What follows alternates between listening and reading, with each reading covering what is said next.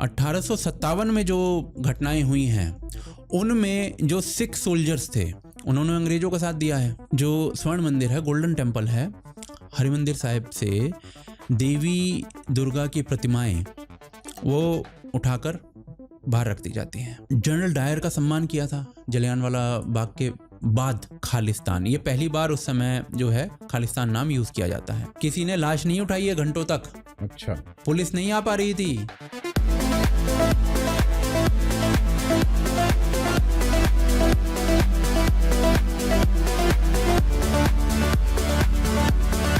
तो नमस्कार दोस्तों, आप देख रहे हैं एकेडीके का पॉडकास्ट चैनल और आज हम बात करने वाले हैं एक ऐसे ज्वलंत मुद्दे के ऊपर जो पिछले 3-4 सालों से तो बड़ा ही न्यूज में रहा है। तो भाई, मुद्दा है खालिस्तान का। मुद्दा यहाँ तक कैसे पहुंचा, कहां से इसके बीज पड़े, बीच में क्या क्या हुआ, सारी बातें जानेंगे। और सारी बातें जानने के लिए आज हमारे साथ कौन है? मेरे बड़े भाई अनुज भारद्वाज।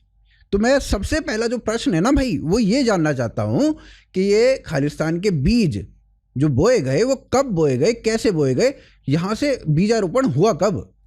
ये बेसिकली भाई ऐसा होता है कि कोई हवा में तो बीज बो नहीं देता। तो क्या होता है कि जब आपको जानना होता है कि भाई क्या कारण रहा इस सारी चीज़ का, तो उसके लिए हिस्ट्री में जाना पड़ता है। तो जब हम हिस्ट्री में जाके देखते हैं ना, तो अंग्रेजों के कालखंड में अंग्रेज काफ़ी भारत के साम्राज्य को जीतने लग गए थे, जिसमें मराठा साम्राज्य सबसे बड़ी पावर थी।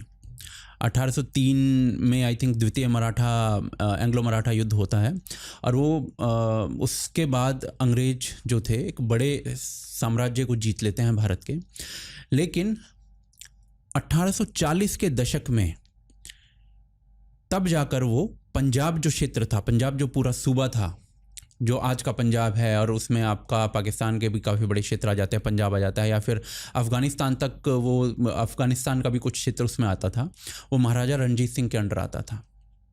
तो 1940 के दशक में आई थिंक 1840 के दशक में आई थिंक 1848 या 49 में पंजाब का वो प्रांत जो था, वो क्षेत्र जो था, वो अंग्रेज़ों के अंडर आता है। ये पहली घटना होती है।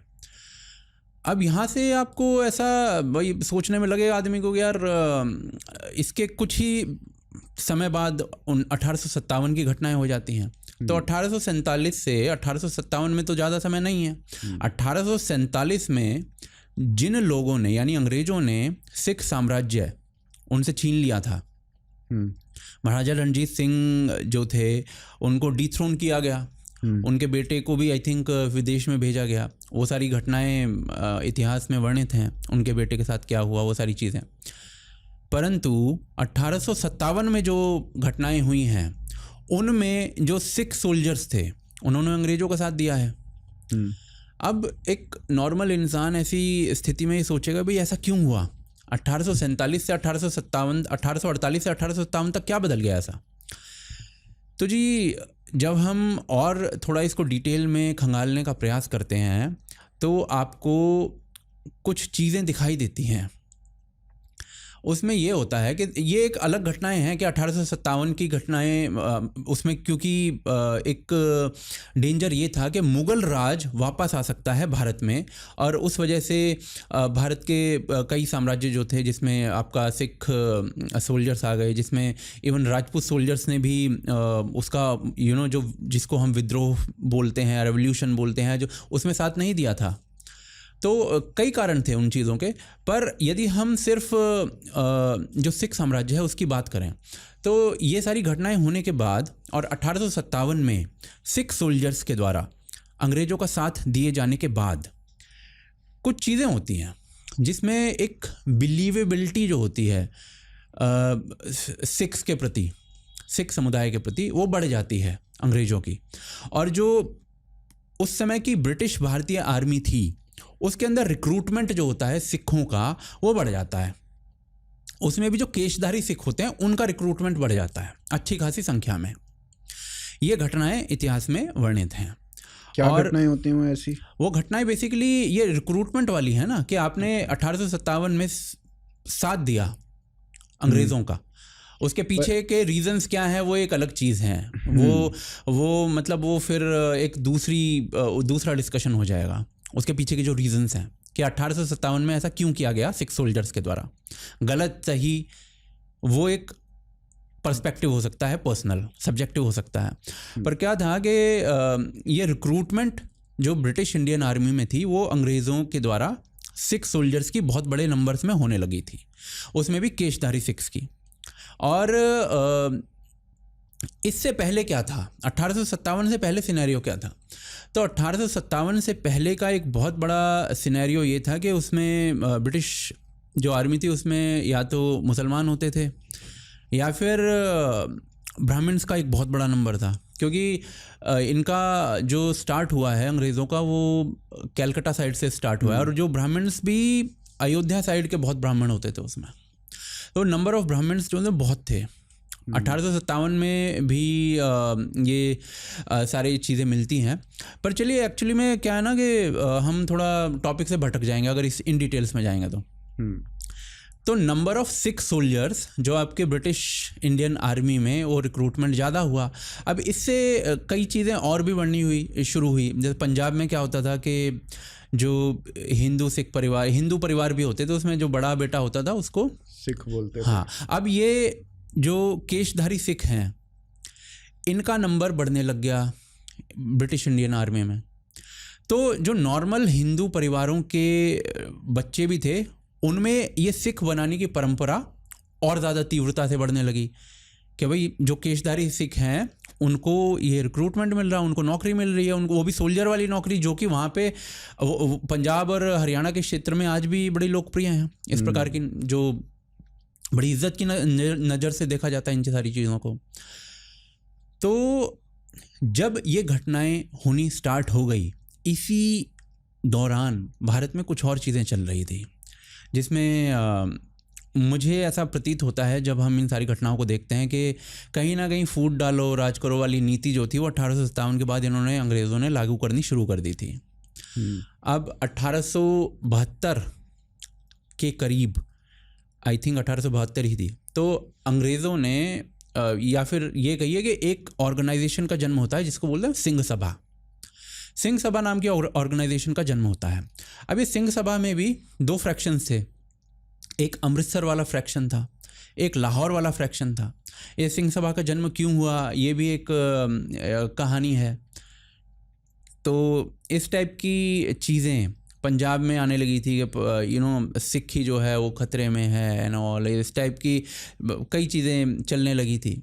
ऐसे ही हिंदू समुदाय के अंदर भी ये मतलब वो फ्रैक्शंस पैदा करने वाली मुझे सारी बात लगती है। ये कौन से एरा में, किस टाइम? 1872 के करीब सिंह सभा बनी है। 1872 में सिंह सभा बनी है। उसके बाद इसमें जो दो फ्रैक्शंस थे, अमृतसर वाला और लाहौर वाला। अब अमृतसर वाला जो फ्रैक्शन था वो बेसिकली वो सनातनी सिख जिनको बोला जाता है वो उसमें मानते थे। लाहौर वाला जो था वो रेडिकल एलिमेंट्स में चला गया था। अब इन दोनों के बीच में कुछ चीज़ें शुरू हो गई। और ये भी मुझे लगता है कि जो लाहौर वाला अंश था वो भी रॉबर्ट मैकॉलिफ के आने के बाद उसने तीव्रता पकड़ी, क्योंकि रॉबर्ट मैकॉलिफ नाम का जो बंदा था, आज जो सिक्खी मानी जाती है वो आप मान लीजिए कि रॉबर्ट मैकॉलिफ 1880-82 में वो उसके द्वारा कुछ चीज़ें की गई, लिखी गई, और उसके बाद से जो चीज़ें चेंज हुई हैं, नाभा, करण सिंह नाभा एंड ऑल, ये सारी चीज़ें बीच में आई हैं, तो वो आज जो सिक्खी मानी जाती है वो उस ढर्रे पे चलती है। उससे पहले कुछ और चीज़ें थी। सिंह सभा में भी दो एलिमेंट्स थे, अमृतसर और लाहौर। अब 1880 के दशक में ये जो चीज़ें थी, लाहौर फ्रैक्शन जो होता है उसका वर्चस्व बढ़ जाता है और अमृतसर वाले जो थे सनातनी सिख उनका घट जाता है। और यहाँ से वो रेडिकलाइजेशन ऑफ मतलब कि हम हैं, हमारी एक अलग आइडेंटिटी है, हमारे ये मतलब सारी जो चीज़ें हैं ना जिसमें हम बेसिकली ये सारी चीज़ें ही SGPC के जन्म तक जाती हैं, जो कि 1925 के करीब हुआ है। आई थिंक अकाली दल का जन्म हुआ है 1925 में, राइट। SGPC का अर्थ है शिरोमणि गुरुद्वारा प्रबंधक कमेटी, जो आज गुरुद्वारों को हैंडल करती है, राइट। तो अब वापस टॉपिक पे हाँ, तो ये आई थिंक 1925 में इनका जन्म हुआ है SGPC का, मेरे ख्याल से। अब 1888-89 में क्या हुआ था कि तख्त खालसा नाम की एक, जो मैं बता रहा था ना कि 2 एलिमेंट्स थे, जो लाहौर वाला एलिमेंट था। अब वो लाहौर वाला एलिमेंट जो था वो भाई उसका वर्चस्व बढ़ गया, तो वर्चस्व बढ़ गया तो उसकी चलने लगी, फिर ये तख्त खालसा का जन्म होता है। अब तख्त खालसा इधर से ही सारे ये जो चीज़ें हैं ना, जो रहत मर्यादा और ये सारी जो चीज़ें आज चलती हैं, ये धीरे धीरे करके यहाँ से जन्म होते हैं। अब जब ये तख्त खालसा वगैरह आ गए, ये बड़े मतलब ये यहाँ से रेडिकलाइजेशन जो था उसका थोड़ा थोड़ा जन्म होना शुरू हो गया। मतलब बेसिकली मैं हूँ, मेरी आइडेंटिटी ये है, मेरा ये है, मेरे प्रोटोकॉल्स ये हैं, मतलब लिखा जाने लगा। उससे पहले जिसे कहते हैं ना, एक धर्म और रिलीजन में जो फ़र्क होता है, धर्म क्या होता है, एक ऑर्गेनाइज्ड नहीं होता, वो एक नदी की तरह वो बह रहा है, उसमें चेंजेस भी आएंगे आपके समय के अनुरूप। अब रिलीजन में क्या हो जाता है, रिलीजन बेसिकली ऑर्गेनाइज्ड होता है, उसमें आपकी एक किताब है, आपके ये प्रोटोकॉल्स हैं, वो उसमें ये सारी चीज़ें आ जाती हैं, राइट।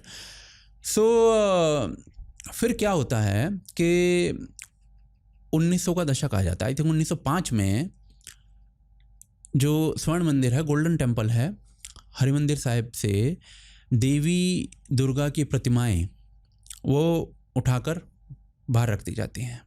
उससे पहले वहाँ पर उनकी पूजा अर्चना होती थी, उसके बाद वहाँ पर वो दुर्गाना मंदिर बनता है, वो सारी चीज़ें, वो एक इतिहास है। तो ये केवल दुर्गा माता की ही तस्वीरें थी या और भी प्रतिमाएं जो थी वो माता दुर्गा की थी? माता दुर्गा की। उसके बाद ही वहाँ पर दुर्गाना माता मंदिर बना है। और वैसे जो अंग्रेज़ों के गैजेट्स वगैरह में मेंशन है, उसमें ये हरिमंदिर साहिब नाम आता है, हरिमंदिर साहिब। और आई थिंक हम 1905 तक पहुंचे थे, राइट। 1905 में ये सारी घटनाएं होती हैं। फिर उसके बाद 1907 या 8 में अनंत कारज होना चाहिए सिखों का, इस टाइप की डिमांड्स शुरू हो जाती हैं। 1920 तक आई थिंक अकाली दल वगैरह बनने शुरू हो जाते हैं, मुझे ईयर का ढंग से याद नहीं है, बट आई थिंक 1920 के आसपास। 1925 तक आई थिंक SGPC बन चुका था, शिरोमणि गुरुद्वारा प्रबंधक कमेटी, राइट। तो ये सारी चीज़ें होनी शुरू हो जाती हैं। अब यहाँ से इतने चीज़ों से आपको एक भाई ये आइडिया लग सकता है कि एक समाज, उस समाज के अंदर कुछ एलिमेंट्स घुसे जिसका मैंने नाम भी लिया रॉबर्ट मैकॉलिफ, और उसके द्वारा पोषित और कुछ लोग, ठीक है, जिसमें आप आज की डेट में वो बड़े बड़े 6 स्कॉलर्स माने जाते हैं, वो एक अलग बात है। बट आप ये देखिए ना कि यही वो लोग थे जिन्होंने जलियांवाला बाग हुआ था, उसके बाद गोल्डन टेम्पल में जनरल डायर को बुलाया था, सम्मानित किया था, अरूर सिंह वगैरह। उसका आई थिंक पोता आज की डेट में MP बन के बैठा है भारत में, राइट। सो ये अरूर सिंह वगैरह थे, उन्होंने जनरल डायर का सम्मान किया था जलियांवाला बाग के बाद। हाँ, थोड़े दिनों के बाद ही हुआ तो। हाँ। और उसमें करण थापर के दादा और वो लोग भी थे जो हमारे हिस्टोरियन हैं, रोमिला थापर, उनके दादा। हाँ, मतलब इस टाइप के एलिमेंट्स भी आता है उसमें, इस टाइप के एलिमेंट्स वहाँ पे मिलते हैं। सो मोटी मोटी बात यहाँ पर ये आ जाती है कि ये जो एक पंजाब का आम आदमी जो था वो लड़ रहा था आपकी स्वाधीनता के लिए, लेकिन इस टाइप के एलिमेंट्स, पंजाब के इस टाइप के एलिमेंट्स जो थे वो जा रहे थे कहाँ पर, राइट। तो ये एक वर्ग था जो अंग्रेजों द्वारा पोषित था, और एक बहुत बड़ा वर्ग जो था वो स्वाधीनता के लिए लड़ रहा था। ये हमें पंजाब में अब तक समझने को मिलता है। उसमें आपके पंजाब के सिख, पंजाब के हिंदू, वो सारे एलिमेंट्स लड़ रहे थे, जिसमें बड़े बड़े नाम हैं, आपके उधम सिंह आ जाते हैं, आपके सरदार भगत सिंह आ जाते हैं। और वो एक अलग बात है कि जो सरदार भगत सिंह थे वो बाद में उनकी नास्तिकता का प्रश्न उठने लगा था। बट देन यहाँ पर वही बात आ जाती है कि जो धर्म का पालन कर रहा है, वैसे जो धर्म और रिलीजन में अंतर है उसमें वो फास्ट प्रोटोकॉल्स नहीं होते हैं। तो यहाँ तक इतनी बात हमें समझ आती है कि पंजाब में इस टाइप की एक आइडेंटिटी पैदा करने का बड़ा प्रयास चल रहा था। उससे पहले सहजदारी, केशधारी वगैरह उसमें बहुत वो नहीं होता था। आप 1871 के जो सेंसस हैं उससे पहले भी कुछ ट्राई किए गए हैं सेंसस वगैरह, आई थिंक 1855, 1866 वगैरह में, मेरे को ईयर ढंग से याद नहीं है। पर आप उसमें देखोगे तो जो सिख परसेंटेज है वो कम है, अचानक से वो शूट करती है। तो उसका रीज़न यही था कि भाई जो सहजदारी, केशधारी है वो एक फ्लूइड था, जिसको रखने हैं रखो, नहीं रखने मत रखो, इस टाइप से अधिक था। ऐसा नहीं था कि आपने रहत मर्यादा बना दिया और ये तो रहत मर्यादा है, ये आपको करना ही करना है ना, इस टाइप से नहीं था। तो ये सारे सिनेरियोज़ आई थिंक हमें यहाँ तक समझ आ जाते हैं। अब इसके बाद अगर हम आगे बढ़ते हैं तो आगे फिर 40s आ जाते हैं, है ना। यहाँ तक हम इतना समझ चुके हैं कि अकाली दल जैसी पार्टीज़ का जन्म हो चुका था जो एक अलग आइडेंटिटी और एक कठोर विचार वो रखते थे, ठीक है। अब 1940s में आ जाते हैं। तो 1940s में ऐसा कोई सेपरेट नेशन वाला, एक आध किसी ने बीच में हल्की फुल्की आवाज़ उठी है छोटी मोटी सी, पर एक सेपरेट नेशन वाला फंडा नहीं था। 1946 में अकाली दल के द्वारा कॉन्स्टिट्यूएंट असेंबली के सामने आई थिंक ये चीज़ रखी गई कि भाई जो पंजाब है ना, यहाँ पे मेरा एक क्वेश्चन ये है कि ये जो अकाली दल आप बोल रहे हो और जो एक अकाली दल अभी पंजाब में सरकार चलाता है बादलों का, तो ये अकाली दल और वो अकाली दल दोनों सेम है, दोनों अलग हैं? वो अभी आई थिंक जो पंजाब की पॉलिटिक्स है उसको कवर करेंगे तो उसमें आएगा वो। अच्छा। उसमें वो दो चीज़ें मिलती हैं बाद में। फिर क्या होता है ना कि 40s का जो दशक आ जाता है, 40 के दशक में ऐसी कोई अलग से सेपरेट डिमांड नहीं थी। तो 1946 में क्या होता है कि कॉन्स्टिट्यूएंट असेंबली के सामने अकाली दल जो पार्टी बनी थी ये अपने विचार रखती है कि भाई हमें एक सेपरेट पंजाब चाहिए जो बेसिकली पंजाबी भाषा, सिखों का, पंजाबी भाषा का और इस टाइप की चीज़ें वो रखते हैं। अब भारत स्वाधीन होता है 1947 में, एक सेपरेट स्टेट्स भाषा के तौर पर बनने लग जाते हैं। आंध्र प्रदेश बनता है तेलुगु के स्तर पर जाकर, महाराष्ट्र, गुजरात, और ये धीरे धीरे डिवाइड होते हुए सब कुछ बन जाता है। भाषा के स्तर पे ही होता है सब कुछ। और इसके बाद क्या होता है कि एक मूवमेंट चलता है, क्योंकि पंजाब भाषा के स्तर पे अलग नहीं किया गया था। पंजाब में पंजाब भी था, बाद में जो हरियाणा का क्षेत्र बना वो भी था, और हिमाचल का क्षेत्र भी उसमें आता था। उसका नाम भी आई थिंक कुछ और था उस टाइम, पेप्सो क्या नाम था पता नहीं। तो इस टाइप से उसका नाम था जो नाम रखा गया था। अब क्या होता है कि एक पंजाबी सूबा नाम से एक मूवमेंट चलाया जाता है। उसका एम ही ये था कि पंजाबी भाषियों के लिए एक अलग क्षेत्र जिसको पंजाब कहा जाए, और पंजाबी भाषियों के लिए हो, उसमें चाहे फिर कोई भी रह रहा हो, उसमें सिख भी थे, हिंदू भी थे, वो सारी चीज़ें एक अलग से। बट अब हरियाणा में आप हिंदी या खड़ी बोली बोल रहे हो, हिमाचल में भी पंजाबी भी बोलते हैं, बट वहाँ पे हिमाचली ज़्यादा है। हाँ, हिमाचली एक हिंदी अलग का भी लैंग्वेज प्रयोग है। नहीं, हिमाचली एक भाषा है जिसमें जो थोड़ा टच करती है पंजाबी और हरियाणवी को, राइट, मिक्स करके एक हिमाचली बनती है। ये सारी चीज़ें होने लगी। अब वो पंजाबी सूबा, ये सारे मूवमेंट्स चलने लगे। तो अब 1966 में क्या हुआ कि 1966 में ये तीनों स्टेट अलग हो गए, जिसमें आपका हरियाणा स्थापित किया गया और पंजाब पंजाबी भाषा के स्तर पे वो कर दिया गया। अब आप ये भाई इसमें सोचने लगो कि भाई ये क्यों किया गया है, किस तरीके से किया गया है। तो उसमें कुछ घटनाएं हो रही थी भारत के अंदर, कुछ घटनाएं जैसे कि 1965 में वॉर हुई थी, लड़ाई हुई थी पाकिस्तान के साथ। और 1965 में पाकिस्तान के रेडियो से जो सिख समुदाय था उसको भड़काया जा रहा था इस मूवमेंट के लिए, एक सेपरेट नेशन की मूवमेंट के लिए। 1965 में पाकिस्तान के रेडियो से ये ब्रॉडकास्ट हुए हैं। पर 1959 में भी कुछ हुआ था। अभी तक हमने ये देखा कि भाई एक सेपरेट पंजाबी स्टेट की मांग चल रही थी भारत के अंदर, और वो अच्छा खासा ज्वलंत मुद्दा था पंजाब के अंदर। उसमें आंदोलन हुए हैं, उसमें धरने प्रदर्शन हुए हैं, उसमें कई प्रकार की वैसी घटनाएं भी हुई हैं। पर 1959 में एक चरण सिंह पंछी नाम का एक बंदा होता है यूके में। 1959 में वो क्या कहता है कि हमें एक सेपरेट सिख नेशन चाहिए, समझे, सेपरेट सिख नेशन। अभी तक सेपरेट सिख या पंजाबी स्टेट की बात होती थी, अब सेपरेट सिख नेशन की बात हो सम ऑटोनॉमी। अच्छा, ऑटोनॉमी, तो एक ऑटोनॉमी के साथ सेपरेट सिख स्टेट चाहिए। और वहाँ पे वो बैठा होता है चरण सिंह पंछी, वो कहता है कि सेपरेट सिख नेशन की डिमांड। और उस मूवमेंट का भी नाम कुछ था जो मेरे मस्तिष्क में इस टाइम तो आ नहीं रहा है, कि कुछ ना कुछ नाम था उसका, सिख होम रूल था या क्या नाम था जो उसने यूके में चल रहा था। सिख होम रूल ही था, हाँ।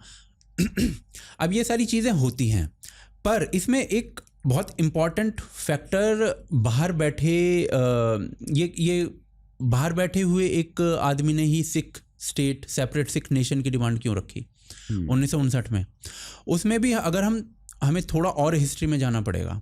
अब क्या था कि मैंने जैसे बताया था कि बहुत से सिख युवक जो थे वो ब्रिटिश आर्मी को ज्वाइन करते थे, क्योंकि उनको 1857 के बाद ऐसी स्थितियां पैदा हुई थी। अब ये स्थितियां ऐसी ही चलती रही थी 1900 में भी, 1910-20 ऐसे ही चलती रही थी ये स्थिति।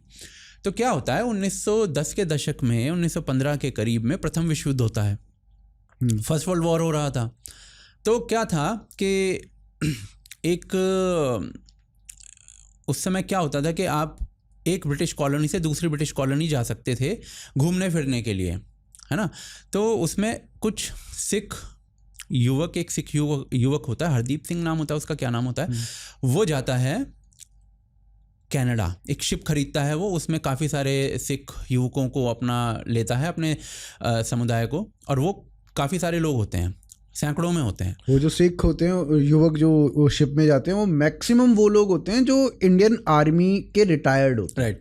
तो वो कनाडा वो सोचते हैं हम कनाडा घूम के आते हैं, क्योंकि सबको अलाउड है एक कॉलोनी से दूसरी कॉलोनी जाना। और वहाँ पे पहुँचते हैं, वहाँ पे उनके साथ हो जाता है डिस्क्रिमिनेशन रेशली, और उनको नहीं घुसने देते।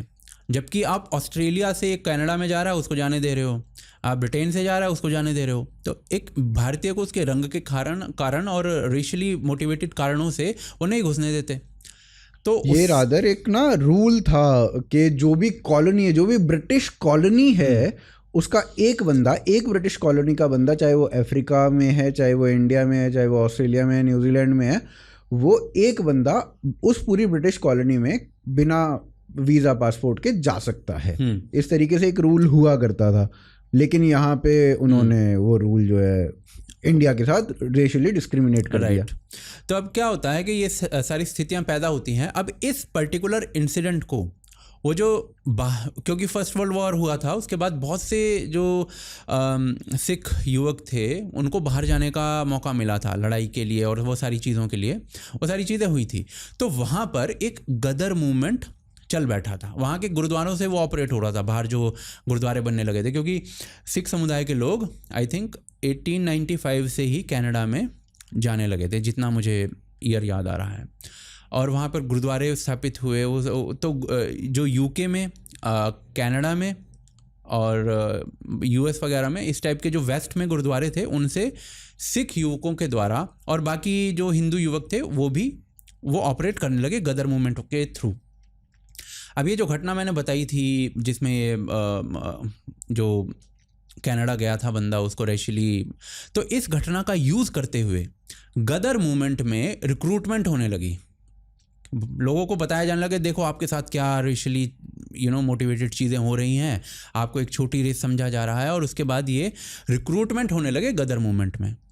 और गदर मूवमेंट में रिक्रूटमेंट जब हो रहा था, और गदर मूवमेंट में जब ये रिक्रूटमेंट चल रहे थे, तो उसके बाद एक अंग्रेज अफसर हॉपकिंसन नाम का होता है। अब वो हॉपकिंसन क्या करते हैं, वो उसकी माँ जो थी वो सिख थी, बाप अंग्रेज था उसका। तो उस बंदे को अंग्रेज एक स्पाई के तौर पर रिक्रूट करते हैं, और वो फिर क्या करता है, इनके बीच में घुसता है, गदराइट्स के बीच में, और अपने कुछ लोग स्थापित कर देता है उनके बीच में। अब क्या होता है कि वो अपनी इन्फॉर्मेशन गैदर करते हैं और वो पास करते रहते हैं। तो कई इनके जो मिशंस होते हैं गदराइट्स के, वो फेल हो जाते हैं।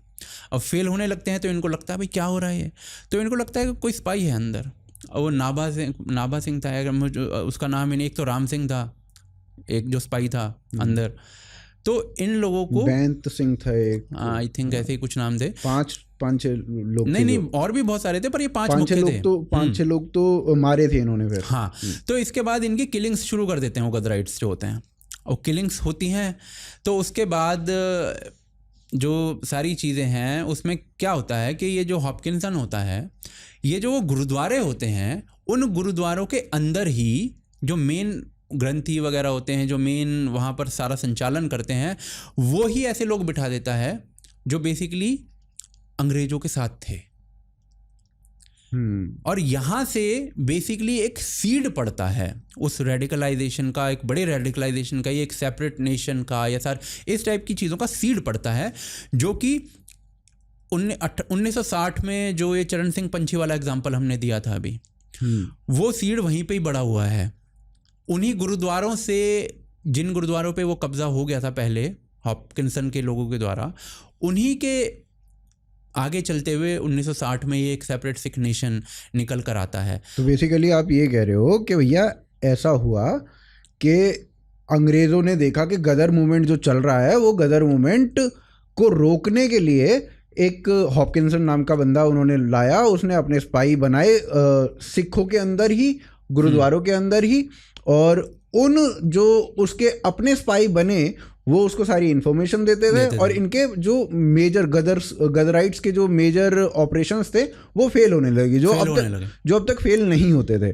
और उसके बाद उनकी हत्याएं हुई हैं। उसके बाद गदराइट्स ने इनकी हत्याएं करी, इनके स्पाइस की, और उन हत्याओं को इन्होंने जैसे तैसे रोका और अपने ही बंदों को वहां पे प्लांट कर दिया। उनके जो पोजीशनिंग होती है, जो पोजीशंस होती हैं, जैसे ग्रंथी हो गए या और जो मतलब बड़े क्या है कि जो भी संचालन कर रहे हैं गुरुद्वारों का, उन पोजीशंस पे, हमें ग्रंथी स्पेसिफिकली नहीं बोलना चाहिए क्योंकि वी डू नॉट नो कि किन पोजीशंस पे बिठाया गया था, बट बेसिकली संचालक कमेटी जो है वो इन्होंने अपने लोगों की बना दी। बस अब गुरुद्वारों पे इनका इस तरीके से कब्जा हो गया। पर वो ऐसा नहीं था कि वो सारे गुरुद्वारों पे था, कुछ गुरुद्वारा जहां पर मेन सेंटर्स थे, वो गदराइट्स वाला जो मेन सेंटर था, उन गुरुद्वारों पर इनका बेसिकली कब्जा हो गया। और 1960 में जो ये चरण सिंह पंछी वाला एंगल आया है, वो भी उधर की तरफ ही जाता है, क्योंकि ये वहीं पर ये विचार पैदा हुआ था जिन गुरुद्वारों पर वो कब्जा हो गया था। तो ये 1960 इंडिया में कभी सेपरेट खालिस्तान की डिमांड नहीं उठी थी,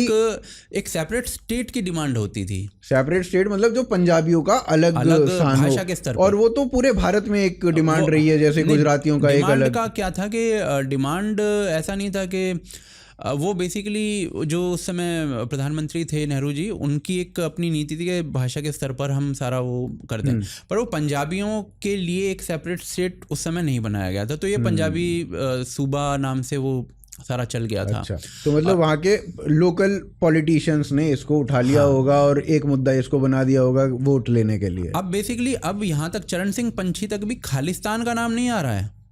65 में भी ये सारी चीज़ें हुई हैं, वो पाकिस्तान के रेडियो से वो भी हमने बात कर ली।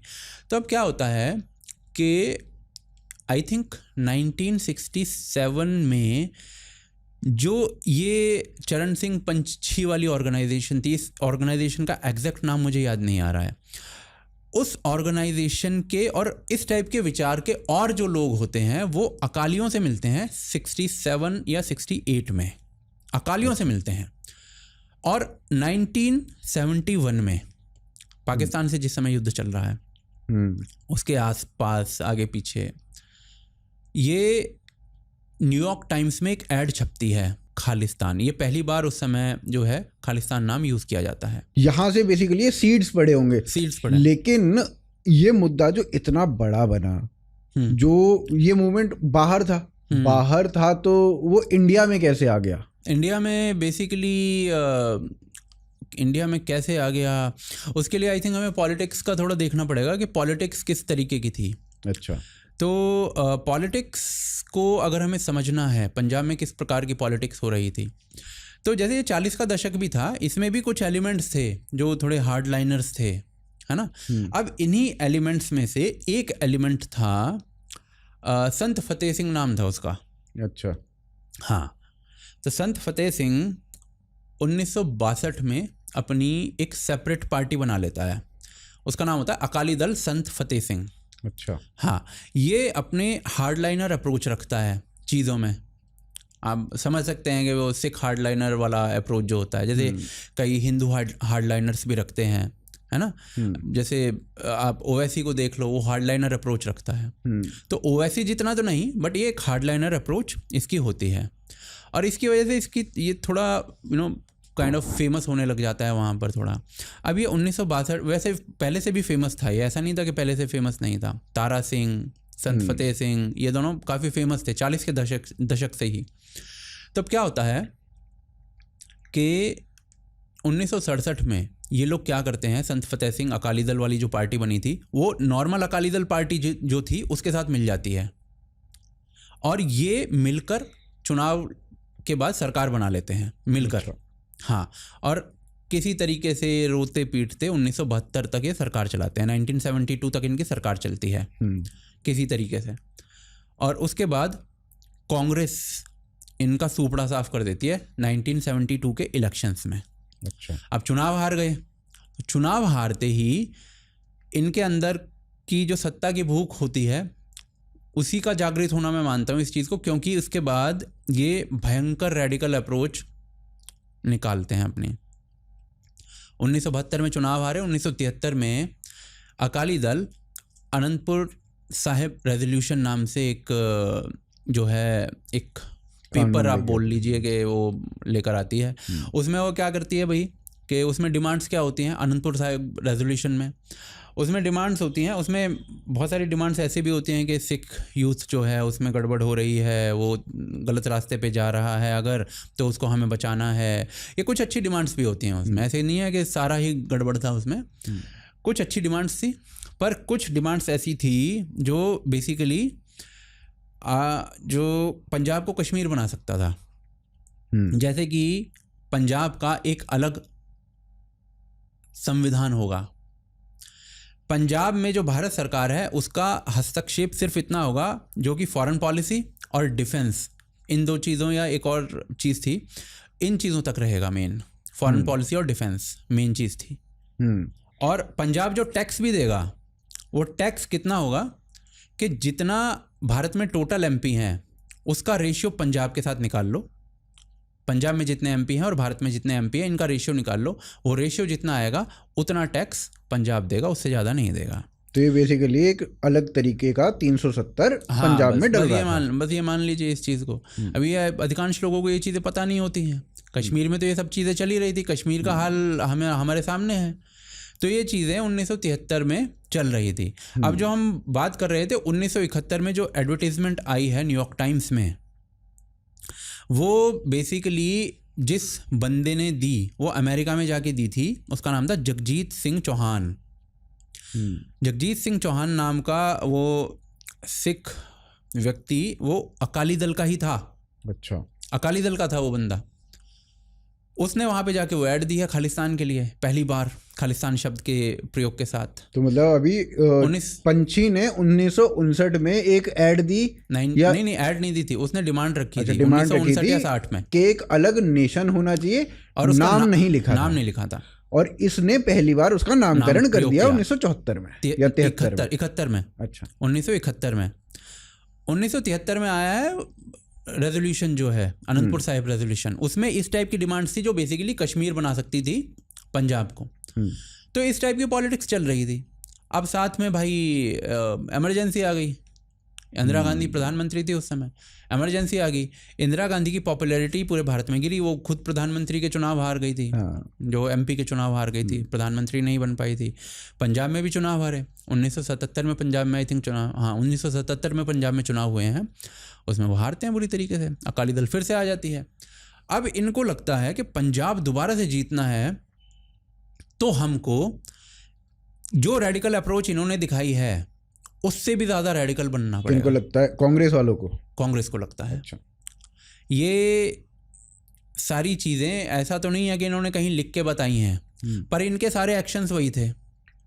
सारे एक्शंस वहीं पे पॉलिटिक्स तो थे। वैसे भी समझने की बात होती है हाँ। ना, वो तो ऐसा तो कुछ है नहीं कि सब कुछ ब्लैक एंड व्हाइट में लिखा हुआ है। हाँ। संविधान थोड़ी है, ये तो पॉलिटिक्स है, समझने वाली बात है। तो बेसिकली यहाँ पे जो पॉलिटिक्स है वो इस टाइप की पॉलिटिक्स थी पंजाब के अंदर, और यहाँ से बहुत सारे जो रेडिकल एलिमेंट्स हैं उनका जन्म हो जाता है पंजाब की राजनीति में। तो ये रेडिकल लोग कौन से, मतलब क्या भिंडरन वाले का उदय यहाँ से होता है, या फिर जो इंसर्जेंसी है, रेडिकलाइजेशन है पंजाब का, वो इसके बाद से होना शुरू होता है? यार देखो, ऐसा है ना, इसमें क्या है कि रेडिकलाइजेशन वाला एंगल एक सेपरेट लेवल पर है। एक आम आदमी का रेडिकलाइजेशन या रेडिकल लोग ही किसी चीज़ में घुस गए हैं, वो दोनों अलग चीज़ हो जाती है ना। तो आम आदमी का रेडिकलाइजेशन पंजाब के, वो मुझे नहीं लगता कि उस तरीके से था। बट ये जो पॉलिटिक्स चल रही थी, तो 1978 में ये जो पॉलिटिक्स थी, इसके अंदर ही भिंडरान वाले आ जाता है। अच्छा। 1978 में। उसके पहले उसे कोई इतना नहीं है, वो आई थिंक दमदमी टकसाल का चीफ बना दिया था, उसका जो गुरु था उसने दमदमी टकसाल का चीफ भिंडरान वाले को बना दिया था। बट 1978 में चीज़ें चेंज हो जाती हैं जब एक निरंकारी प्रोसेशन चल रहा होता है। निरंकारी बेसिकली क्या होते हैं कि जो सिख कम्युनिटी है वो जो गुरु ग्रंथ साहिब हैं उनको आखिरी अंतिम गुरु मानती है। लेकिन निरंकारी क्या होते हैं? निरंकारी एक जीवित गुरु को मानते हैं। 1951-52 में भी एक जो उनके वो एक गुरु थे, उन्होंने अपने आप को गुरु डिक्लेयर किया था 1951 या 52 में। उस समय भी पंजाब में बड़ा राड़ा हुआ था, बड़ा वहाँ पे कलेश हो गया था। तो अब 1978 में एक निरंकारी प्रोसेशन निकल रहा होता है, और उस पर जो भिंडरान वाले होते हैं, भिंडरान वाले के लोग हैं, जैसे कि दमदमी टकसाल और अखंड कीर्तनी जत्था, ये दो दल अटैक कर देते हैं। और इसकी पूरी प्रॉपर वहाँ पे प्लानिंग बनती है। गोल्डन टेम्पल के अंदर ये पूरा एक काफ़ी लोग इकट्ठे होते हैं, उनके बीच में इसने स्पीच दी है कि मैं इनको काट के आऊँगा, मार के आऊँगा इनको, भिंडरान वाले ने। और अकाली दल का भी कोई बड़ा लीडर उस समय वहाँ पे था, रुकवाया नहीं जाता उसको पूरी तरीके से। तो ये भिंडरन वाले, मतलब इसको इतने सारे लोग सुनने कैसे लग गए उस समय? क्योंकि भाई दमदमी टकसाल का तो चीफ था ही। अच्छा। हाँ, दमदमी टकसाल is basically established by Guru Gobind Singh ji, I think, if I am not wrong. तो इस दमदमी टकसाल की स्थापना ही उन्होंने की है। तो उसका चीफ, उसका क्या स्तर होगा वो आप खुद सोच सकते हैं भाई, है ना। तो क्या होता है कि वो तो सुनने वाले तो थे पहले भी, पर जिस लेवल पर वो पहुंचा बाद में, तो एक तरीके से पोप वाला जो लेवल था उसका वो पहुंच गया था। जो वो कह रहा था वो हो रहा था। तो उस लेवल पर पहुंचना है वो एक अलग कहानी है। वो 1978 से काइंड ऑफ शुरू होती है जब वो ये सारा चीज़ कर देता है। और निरंकारियों के प्रोसेशन में जाकर वहाँ पर प्रहार शुरू हो जाते हैं, मारना काटना। ऐसा नहीं था कि उनके पास बहुत सारे हथियार थे, जो भिंडरान वाला और ये लोग गए थे वहाँ पर, वो बहुत ज़्यादा हथियार नहीं थे। अब जो अखंड कीर्तनी जत्था वाला था फौजा सिंह, और ये था दमदमी टकसाल का भिंडरान वाला, इनके कुछ लोग वहाँ पर गए और वहाँ पर लड़ाई भिड़ाई शुरू कर दी। जो फौजा सिंह था उसने निरंकारी चीफ को ही मारने की कोशिश की, निरंकारी गुरु को। अच्छा। हाँ, उसके ऊपर ही आई थिंक तलवार चला दी थी उसने। और उनका जो बॉडीगार्ड था उसने फौजा सिंह की हत्या कर दी, वहीं पे गोली मार दी उसे। ओके। हाँ, तो उसको पहले मारने की कोशिश की गई थी निरंकारी चीफ को। अच्छा। हाँ, तो अब क्या होता है कि भिंडरान वाला जो होता है वो वहाँ से 12-13 लोग मारे जाते हैं वहाँ पर उनके ही, है ना। जो मारने गए थे वही मर जाते हैं 12-13। उनमें भी मरते हैं, निरंकारियों में भी कुछ, बट वो कम होते हैं, पर वो ज़्यादा होते हैं। ये सब देख के भिंडरान वाला वहाँ से भाग जाता है। अच्छा। हाँ, ये घटनाएं हैं। और आई थिंक ये जो SGPC के श्वेत पत्र हैं, या फिर दमदमी टकसाल के टेप्स हैं, और श्वेत पत्रों से, या फिर इस टाइप के, जैसे खुशवंत सिंह हैं, खुशवंत सिंह के द्वारा जो लिखी गई किताब है, उन से ये मैं उद्धृत करके आपको चीज़ें, जो घटनाएं हैं वो बता रहा हूँ। यहाँ पे बेसिकली भिंडरान वाला को एक, क्योंकि निरंकारियों को ठीक नहीं देख रहे थे सिख जो थे, तो यहाँ से भिंडरान वाला का आप एक तरीके से उदय मान सकते हैं। और उसके बाद जो कांग्रेस थी उसने भयंकर प्रयोग किया है भिंडरान वाले का। अच्छा। परंतु जो पंजाब एक फर्टाइल लैंड उस समय तक बन चुका था भिंडरान वाले जैसे रेडिकल एलिमेंट्स के लिए। कैसे? तो उसका क्या रीज़न था? बेसिकली पंजाब में जैसा कि हम जानते ही हैं 1966 के बाद पंजाब, हरियाणा और ये सारे क्षेत्र अलग हो गए थे। हम अमेरिका से गेहूं लिया करते थे उस समय, है ना, और गेहूं हमें औने पौने दामों पे मिलता था। और तो उस समय फिर एक कॉल आई थी ग्रीन रेवोल्यूशन की कि भाई हम अपना अनाज खुद पैदा करते हैं। पंजाब और हरियाणा ऐसे क्षेत्र थे जहाँ पर चिन्हित किया गया यहाँ पे हम अच्छा भूमि है, अच्छा अनाज उगेगा यहाँ पर, तो हम यहाँ पे गेहूं की खेती करते हैं अच्छे खासे अमाउंट में। तो फिर क्या होता है कि ग्रीन रेवोल्यूशन जब आया तो उससे क्या होने लगा, पंजाब में इंडस्ट्रीज तो लग नहीं रही थी।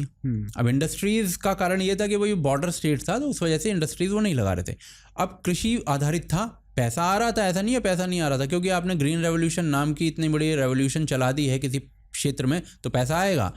परंतु इससे क्या होने लगा, कृषि आधारित चीज़ें थी, तो उससे जो केश होते हैं आपके वो दिक्कत करते हैं कृषि में।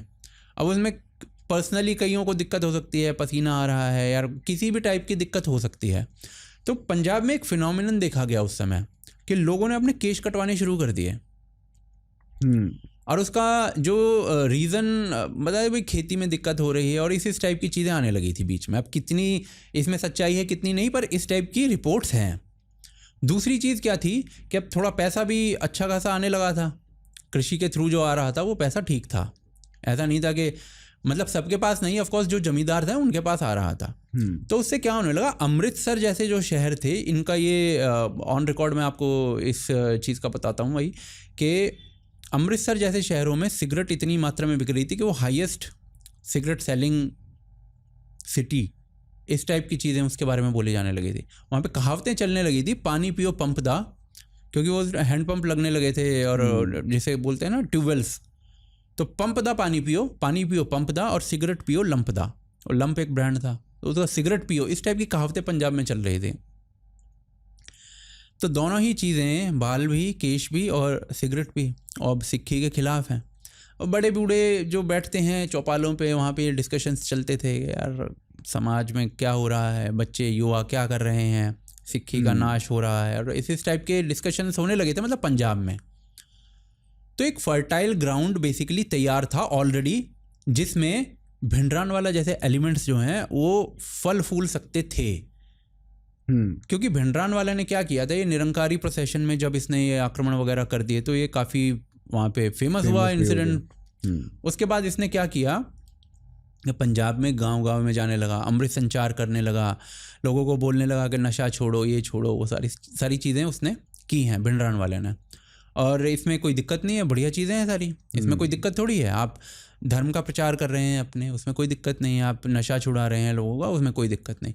ये सारी चीज़ें ऑन रिकॉर्ड बताई जाती हैं कि भिंडरान वाले ने की थी। परंतु इसके साथ वो कुछ और चीज़ें करने लगा। उसने क्या किया कि अब ये मुझे लगता है कि ये काइंड ऑफ कांग्रेस से प्रभावित होके मुझे लगता है, क्योंकि अब कांग्रेस की पॉलिटिक्स को सूट कर, क्योंकि जो एक कट्टरता वाला एलिमेंट अकाली दल पोजेस कर रहा था उससे अधिक वाला एलिमेंट वो लेकर आ रहे थे भिंडरान वाला के रूप में। तो ये गांव-गांव में जो सिख रिलीजियस टेक्स्ट हैं, स्क्रिप्चर्स हैं, उनको सिलेक्टिवली चुनकर, उनमें से सिलेक्टिवली चीज़ें चुनकर उसके द्वारा लोगों को रेडिकलाइज करने लगा था, सरमन्स देने लगा था, लोगों को दंड देने लगा था। पतित सिख जो होते, जो केश नहीं रखते, उनके ऊपर अटैक्स, उसके बाद में फिर हिंदुओं के ऊपर अटैक्स, ये सारी चीज़ें होने लगती हैं। तो ये भिंडरान वाला की आरंभ की स्टोरी है, परंतु ये वो स्टोरी नहीं है जिसके लिए उसको टेररिस्ट कहा जाता है। वो स्टोरी पूरी तरीके से अलग है। अब क्या हो जाता है कि ये सारी चीज़ें शुरू हो जाती हैं, और जो 1980, ये 1978 से 1980 तक ये सारी चीज़ें चलती रहती हैं। 1980 में चीज़ें बड़ा नाटकीय रूप ले लेती हैं। उसमें क्या होता है कि जो निरंकारी चीफ था जिसके ऊपर अटैक किया गया था, वो उससे पहले ही कोर्ट से छूट जाता है कि भाई उसके ऊपर तो खुद ही अटैक हुआ है, तो अपनी आत्मरक्षा में किया है जो उसने किया है। तो ये क्या करते हैं कि ये उस निरंकारी चीफ जो होता है, निरंकारी गुरु जिसको बोल सकते हैं, उनको मरवा देता है। और बाद में ये निकल के आता है कि ये काम इन्हीं लोगों ने किया है। अरुण शौरी की रिपोर्ट है, ये सारी चीज़ें रिपोर्टेड हैं। अरुण शौरी ने भी उसमें ये लिखा था कि जो कौन सी संस्था होती है हमारी, जो हमारी जांच एजेंसियां होती हैं, इंटेलिजेंस होती है, उसने ये सारी चीज़ें फाइंड आउट कर ली थी, पर पॉलिटिकल दबाव में कुछ स्थिति अलग ही हो गई। इसको वो नहीं किया गया, अंदर नहीं डाला गया। अंदर डालने की भी आगे एक कहानी है। एक बार इसको अंदर डाला जाता है तो क्या होता है कि ये इसको निरंकारी चीफ जो इसकी हत्या हो जाती है, पूरी इम्प्यूनिटी से गिरफ्तार करने का प्रयास किया जाता है। पर संसद के अंदर जैल सिंह जो थे, जो कि राष्ट्रपति बने थे बाद में, वो ज्ञानी जैल सिंह वो संसद के अंदर खड़े होकर स्पीच देते हैं कि अरे नहीं, इसका कोई रोल नहीं है इस चीज़ों में, और वो सारी FIR और सारा सब निरस्त कर दिया जाता है। आज बोला जाता है ना कि भिंडरानवाले के खिलाफ तो कोई FIR ही नहीं हुई आज तक। होगी कैसे भाई? आपको संसद से बचा रहे हो उसे, एक बार नहीं मल्टीपल टाइम्स बचा रहे हो संसद में खड़े होकर। तो फिर क्या होता है कि 80 के दशक की ये बातें हैं। 80 में चीज़ें जो हैं भिंडरानवाला यहाँ तक ले आया था। उसके बाद कुछ बयानबाजियाँ भी होती हैं, हिंदुओं के प्रति वो कुछ बोलता है, उसका जवाब वहाँ से आता है बाल ठाकरे की तरफ से, महाराष्ट्र से। बाल ठाकरे कहते हैं भाई ये बकवास मत करो क्योंकि हिंदू तुमसे बहुत ज़्यादा हैं। उसका जवाब ये देता है कि भाई एक सिख 1.25 लाख के बराबर है और एक सिख के हिस्से तो मुश्किल से 30-35 हिंदू आएंगे। इस टाइप का भिंडरानवाले का जवाब है। इस टाइप के भड़काऊ रेडिकल बयान भिंडरानवाले दे चुका था। 80 के दशक, आई थिंक 1980 में, ये क्यों मैं कह रहा था कि कांग्रेस का एक एजेंडा वो चला रहा था उस टाइम, उसका रीज़न है कि 1980 में कांग्रेस के द्वारा बोला जाता है इसको कि तू गुरुद्वारे के चुनाव लड़। अच्छा। और ये लड़ता है 40 सीटों पर और 40 में से 4 सीटें जीतता है। बेसिकली वोट कटुआ था, वोट काटे इसने कांग्रेस को फ़ायदा करने के लिए। उसके बाद ये अगले इलेक्शंस होते हैं, उसमें कांग्रेस के जो लीडर्स होते हैं उनके लिए प्रचार करता है। तो ये वेल डॉक्यूमेंटेड हैं ये दोनों चीज़ें जो मैंने अभी बताई हैं। चुनाव भी लड़े ने। तो अब क्या होता है, बट स्थितियां ना थोड़ी बदलने लग जाती हैं। अब आगे क्या होता है, क्योंकि अकालीस भी इसके साथ मिलते हैं, कांग्रेस भी मिल रही है, अकाली भी मिल रही है, पॉलिटिक्स ऐसी ही चल रही है उस टाइम की। जब भिंडरानवाला कांग्रेस के लिए चुनाव लड़ रहा था, उनको सपोर्ट कर रहा था, तो फिर ये टेररिस्ट कैसे बना दिया इंदिरा गांधी ने, या फिर उसको गिरफ्तार क्यों कर लिया, वो सारी चीज़ें कैसे हो गई? उसका रीज़न ये था ना कि 1980 के करीब का तो हमने सुन लिया है, बट ये इसकी गिरफ्तारी वगैरह का एंगल आ जाता है उसके बाद, क्योंकि इसने फिर वहाँ पे नहीं रुका। ये इसके बाद इस बंदे ने जो लाला जगत नारायण पंजाब केसरी के चीफ थे, उनकी हत्या हो गई, उसमें इसका नाम आ गया। और उसके बाद इसको गिरफ्तार करने के लिए पुलिस गई। ये कहीं पर अपना सभा करने गया था हरियाणा में, चंदो कला। तो चंदो कला में ये पहुंचता है, वहाँ पे सभा करता है, पुलिस वहाँ पे आ जाती है और पुलिस को ये लोग, इसके लोगों और पुलिस के बीच में झड़प होती है। वहाँ पर कई लोग मारे जाते हैं इनके। और इसकी एक बस थी भिंडरानवाले की, उस बस में आग लग जाती है। उस बस में इसके पुराने कुछ इसके डॉक्यूमेंट्स होते हैं, उनमें भी आग लग जाती है, जिससे ये सरमन्स देता था, वो सारे जल जाते हैं। वो आग कौन लगाता है? वो आग अपने आप ऐसे झड़प हो रही है तो लग गई थी वो आग। अच्छा। और इस टाइप से वो पूरा जो है वो सारी चीज़ें चलती हैं। अब इतना बड़ा जब इंसिडेंट हो जाता है तो ये अपना मेहता चौक का गुरुद्वारा होता है इसका, जिसमें ये रहता था, वहाँ पहुँच जाता है। वहाँ इसको गिरफ्तार करने का पूरा प्रयास, वहाँ से ये भाग जाता है चंदो कलां से, मेहता चौक पहुँचता है और इसको गिरफ्तार करने का प्रयास किया जाता है। और इसमें भी देखिए कि पुलिस का जो रोल था वो एक ऐसा था कि बस वो अपनी जान बचा रही थी वहाँ पर, क्योंकि वहाँ पे बहुत लोग आ जाते हैं, बहुत लोग आ जाते हैं। उसके बाद ये एक पर्टिकुलर टाइम पे सरेंडर करता है पुलिस के सामने, एक भाषण देते हुए। पुलिस मूक दर्शक बन के देखती रहती है और जैसे ही उसको गिरफ्तार करके ले जाते हैं, उसको क्या कहते हैं, जो भीड़ होती है वो वहाँ पे आक्रामक हो जाती है, गोलियाँ चलती हैं उसके बाद वहाँ पर। पर क्या था ना कि जब इसको गिरफ्तार कर लिया गया, इसको गिरफ्तार करने के बाद भी सर्किट हाउस में रखा है, जेल में नहीं रखा, और उसके बावजूद भी पंजाब के अंदर ऑलमोस्ट हर बड़े ज़िले में स्ट्रॉम ट्रूपर्स होते थे, इसके स्ट्रॉम ट्रूपर्स बोलते थे उन्हें मोटरसाइकिल, क्योंकि इसके भाषण थे, ये गांव में जा के भाषण देता था लोगों को, जो सिख युवक हैं वो मोटरसाइकिल लें, इनके पास रिवॉल्वर हो, ग्रेनेड्स वगैरह, इस टाइप के भाषण देता था, हथियार रखो। तो क्या होता है कि वो इसका एक अमरीक सिंह था जो आई थिंक दमदमी टकसाल में जो भिंडरान वाले का गुरु था, उस गुरु का बेटा वो अमरीक सिंह था। तो ये उसके साथ ही रहता था, भिंडरान वाले और ये साथ रहते थे।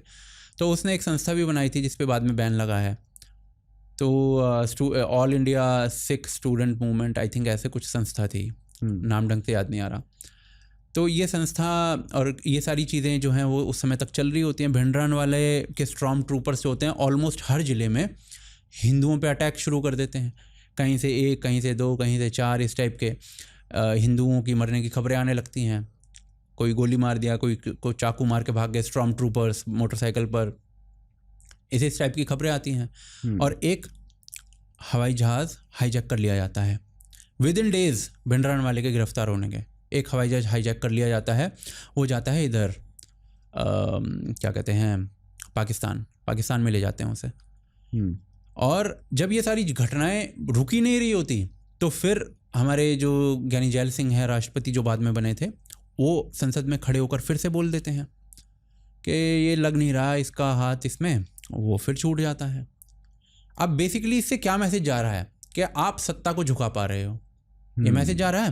एक इम्प्यूनिटी का मैसेज जा रहा है कि मैं कुछ भी कर लूँ, मेरा कोई कुछ नहीं बिगाड़ सकता, क्योंकि मेरे जो लोग हैं वो आग लगा देंगे, ये मैसेज जा रहा था। तो इससे भिंडरान वाले का जो एक कद था, वो सारी चीज़ें थी, वो बहुत बढ़ जाती हैं। अब क्या होता है, इन सारी घटनाओं के बाद अचानक से कुछ ऐसी घटनाएं होने लग जाती हैं जिसमें बस से उतार कर हिंदुओं को मार दिया, कुछ रिलीजियस प्लेसेस उनमें कुछ चीज़ें मिलने लगी, मंदिरों में गाय की पूंछ मिल रही है, सर मिल रहा है, गुरुद्वारों में बेसिकली सिगरेट मिल रही है, कोई भी फेंक के जा रहा है। तो 2 कम्युनिटीज़ में लड़ाई करवाने का वो था। और ये सारी जो चीज़ें हैं, ये एक दल खालसा नाम का ग्रुप था जो कि भिंडरान वाले द्वारा पोषित ही बताया जाता है, उनके साथ करीबी थे, उनके पूरे सारी चीज़ें फ़ोटोज़ वगैरह मिलते हैं। तो उस दल के द्वारा बताया जाता है ये सब चीज़ें हो रही थी। अच्छा, अब क्या था कि अब जब ये सारी चीज़ें होने लगी, एक तरीके से पूरा टेररिज्म का माहौल हो चुका था। तो उसके बाद राष्ट्रपति शासन वगैरह और ये सारी चीज़ें होनी ही थी। कांग्रेस की सरकार थी उस टाइम, वो जानी हुई थी, राष्ट्रपति शासन लगना भी था, ये सारी चीज़ें उस टाइम होने लगी थी। तो क्या था कि ये अमरीक सिंह जो था उसको गिरफ्तार कर लेते हैं। अब अमरीक सिंह की गिरफ्तारी के बाद अगली घटना होती है, भिंडरान वाला को लगता है भिंडरान वाला को कि उसको गिरफ्तार करेंगे। अब उसको जब गिरफ्तारी का डर आता है तो वो भाग के गोल्डन टेम्पल में चला जाता है। गोल्डन टेम्पल में जो गुरु नानक निवास होता है वहाँ पर रहने लगता है। वहाँ पर पहले से ही बब्बर खालसा वहाँ पर था। और बब्बर खालसा क्या था, जो 1978 में घटनाएं हुई थी निरंकारियों के साथ, उसमें जो फौजा सिंह मारा गया था, उस फौजा सिंह की जो विडो थी, वाइफ थी, उस बंदी ने बब्बर खालसा वहाँ से ऑपरेट कर रही थी वो। अच्छा, हाँ, और वो अपने पति की हत्या जो हुई थी उसका रीज़न भिंडरान वाला को बताती थी कि वो भाग गया वहाँ से, कुछ किया नहीं, खुद तो भाग गया और उसका पति मारा गया, उसने उसके पति को भड़काया और उसका पति मारा गया। तो इस टाइप से अब बब्बर खालसा वहाँ पर ऑलरेडी था और वो उनसे भी ज़्यादा रेडिकलाइज थे वो तो। बब्बर खालसा, ये बात इसमें ये है कि बब्बर खालसा भी खालिस्तान की डिमांड कर रही है एक तरीके से, और ये भी भिंडरान वाले भी खालिस्तान की डिमांड कर रहे हैं, और दोनों आपस में एक दूसरे के दुश्मन है। नहीं, क्या है ना कि भिंडरान वाले ने नाम लेके खालिस्तान का ऐसे नहीं कहा कि मुझे चाहिए, और इस टाइप से वो अपना अलग, वो बहुत स्मार्ट गेम खेलता था भिंडरान वाला। बब्बर खालसा प्रॉपर रेडिकल एक एलिमेंट्स थे उसमें, ये भी रेडिकल था पर ये अपना अलग गेम खेलता था। ये तो कहता था कि अगर इसके हमें पास- दोगे तो हम खालिस्तान ले लेंगे। हाँ मतलब हम वो छोड़ेंगे कहते नहीं उसे। हाँ वो कहते पर- थे कि हमें चाहिए, और ये कहता था हमें पर- दोगे तो ले लेंगे। पर क्या है ना कि भिंडरान वाले इतना मतलब इस चीज़ में इतना सही खेल रहा था, वो बंदा बहुत आगे का सोच के चल रहा था। वो मेरे ख्याल से वो इनसे कम रेडिकल नहीं था वो। उसके फोटोज हैं जिसमें वो खालिस्तान का पासपोर्ट लेके बैठा हुआ है। ठीक है, खालिस्तान का पासपोर्ट ऐसा होगा वो देख रहा है, वो दल खालसा वालों ने और वो सारी चीज़ें वो निकाला पासपोर्ट, वो देख रहा है वहाँ पे उसकी निगरानी में ग्रेनेड की फैक्ट्री बन गई है गोल्डन टेम्पल में। तो महारेडिकल आदमी था वो, और उसकी मंशा यही थी भारत को डिस्टेबलाइज करना, और वो कर रहा था।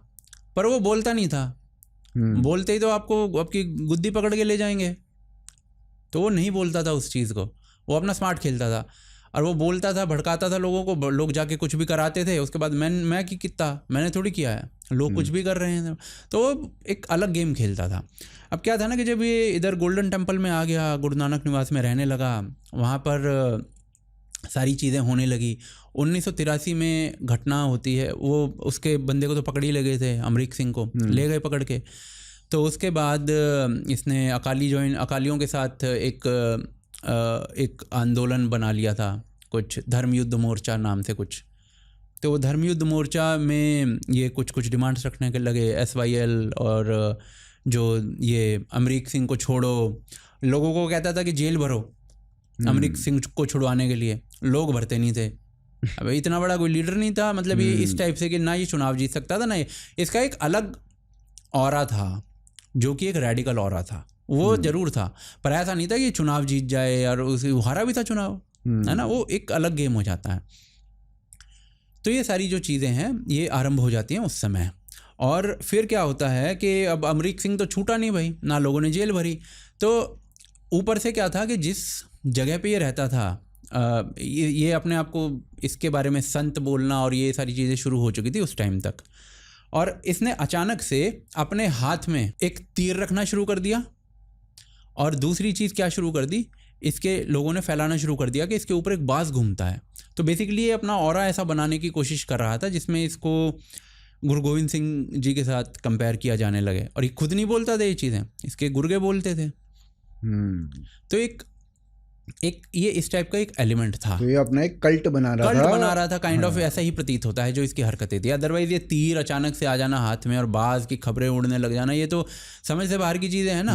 अब तीर भी गुरु गोविंद सिंह जी से के हाथ में दिखता है, और वो बाज भी दिखता है उनके हाथ में, है ना। तो उस टाइप का एक ऑरा इसने क्रिएट करने की कोशिश की। और सिर्फ ऑरा ही नहीं था, इसकी हरकतें भी।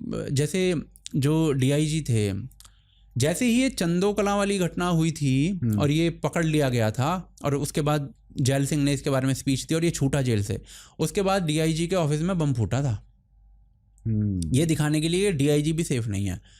और उसके बाद क्या होता है कि 1983 में जो DIG अटवाल होते हैं, वो दर्शन करने के लिए आते हैं गोल्डन टेम्पल में।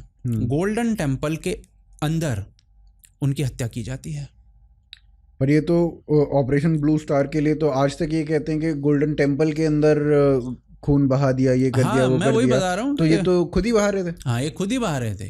ये भिंडरान वाले के लोगों ने उस जो लाश पड़ी रही है अटवाल जी की, वहां पर उसके चारों तरफ भंगड़ा किया। वहां पर गोल्डन टेम्पल में DIG को मार के, अटवाल को मार के वहां पे किसी ने लाश नहीं उठाई है घंटों तक। अच्छा, पुलिस नहीं आ पा रही थी, क्योंकि अंदर ये लोग क्या कर रहे थे वो कोई छोटी बातें नहीं थी, वो पुलिस नहीं आ पा रही थी वहाँ पर।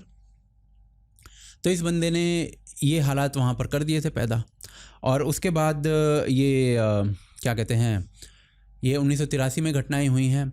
ये उधर भाग गया था अकाल तख्त में, क्योंकि क्या हुआ था कि जो यहाँ पर गुरु नानक निवास में रह रहा था, उन कमरों पर बब्बर खालसा ने कब्जा कर लिया। अब बब्बर खालसा के कब्जे से इसका हमेशा ये था कि जहाँ पर कॉन्फ्लिक्ट पैदा हो ना, वहाँ से निकल लो।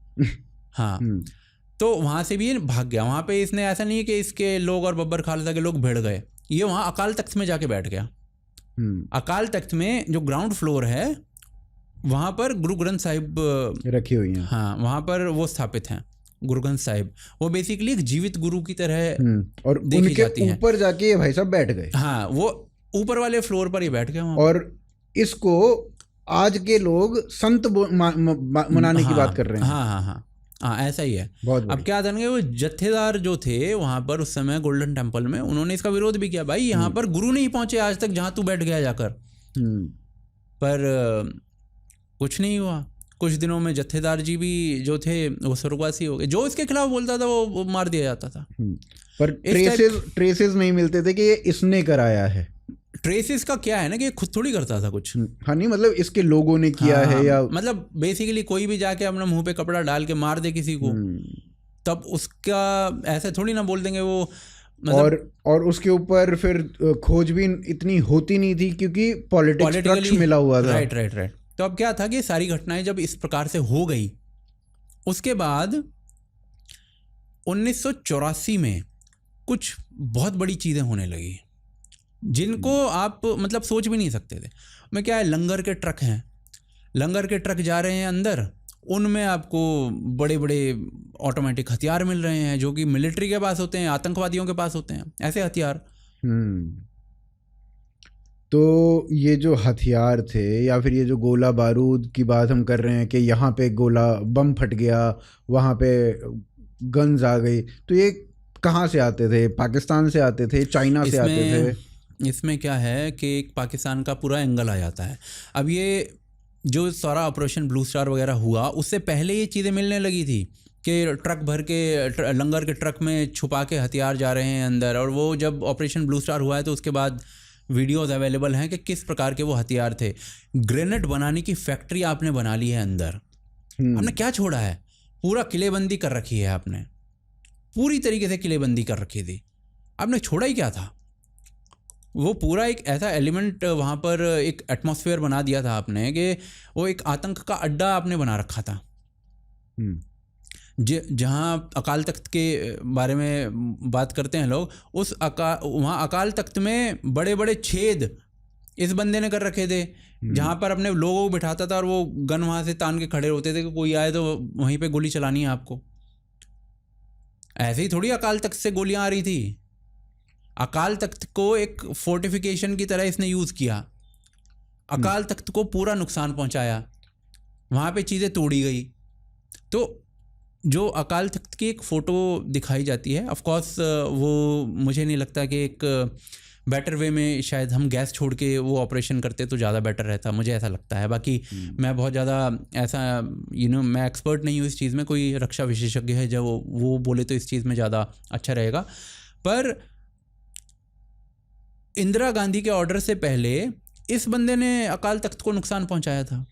पर इसमें मेरा जो एक क्वेश्चन है वो ये है कि इसको इतनी सारी चीज़ें, ये हथियार और इन सब चीज़ों के बारे में, उसको किलाबंदी करना, इस सब चीज़ों के बारे में, इसको तो ये तो मतलब एक प्रीचर था, इसको तो इन सब चीज़ों के बारे में नहीं पता था। तो कोई ऐसा व्यक्ति होती है ना, कोई ऐसा व्यक्ति जो आर्मी से रिलेटेड है वो इसको ट्रेन कर रहा था या क्या? वो एक शबेक सिंह नाम से थे वो आर्मी, वो बिकॉज ये सारी जो फोर्टिफिकेशन वो सारी चीज़ें जो तो गोल्डन टेम्पल में की गई हैं वो उन्होंने ही की थी। शबेक सिंह वो इंडियन आर्मी में थे। कुछ घटनाएं जो थी उसके बाद वो उधर की साइड शिफ्ट कर गए। पर जो हथियार थे वो ऐसा नहीं है कि वो उनके पास हथियार थे, वो ट्रेनिंग दे सकते थे, हथियार तो उनके पास नहीं थे ना। तो उसमें कुछ और एंगल्स आ जाते हैं। आई थिंक इसमें जो मुझे लगता है कि इसमें इंटरनेशनल पॉलिटिक्स का एक बहुत बड़ा रोल था। उस इंटरनेशनल पॉलिटिक्स को यदि हम देखें तो रूस, जो सेकेंड वर्ल्ड वॉर था उसके बाद रूस और अमेरिका, इनके बीच में कोल्ड वॉर शुरू हो गया था।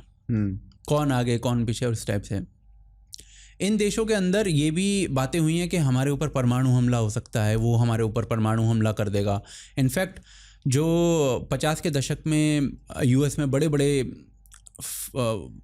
हाईवेज बने हैं, उनका रीज़न भी यही बताया जाता है कि रूस के परमाणु हमले से बचने के लिए उन्होंने इतने बड़े बड़े हाईवेज बना लिए कि लोग एक जगह से दूसरी जगह तक जल्दी जल्दी शिफ्ट हो जाएं। वो ऑफकोर्स आज तक उनके काम आ रहे हैं।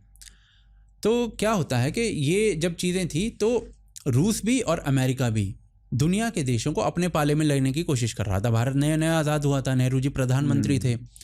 तो अब क्या होता है कि अमेरिका के प्रधानमंत्री नेहरू जी को अप्रोच करते हैं कि भाई हमारी साइड मिल जाओ।